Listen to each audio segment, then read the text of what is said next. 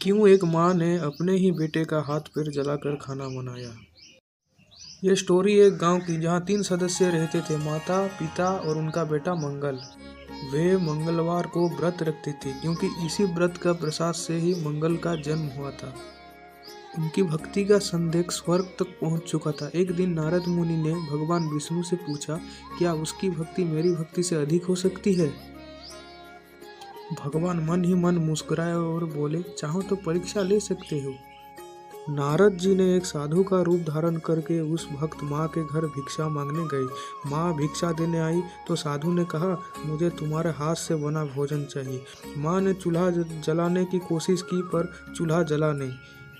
कहीं मंगलवार का व्रत टूट ना जाए, इसी का भी भय था।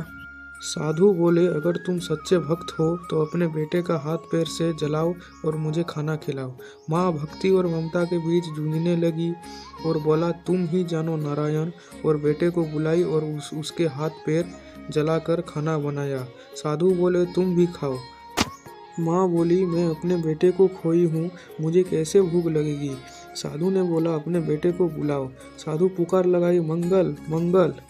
मंगल अचानक से ही उनके सामने आ गया और नारद जी भी अपने असली स्वरूप में आ गए और माँ भक्ति उनसे भी अधिक थी, इसलिए उनको प्रणाम किया और भगवान विष्णु ने भी उनको आशीर्वाद दिया।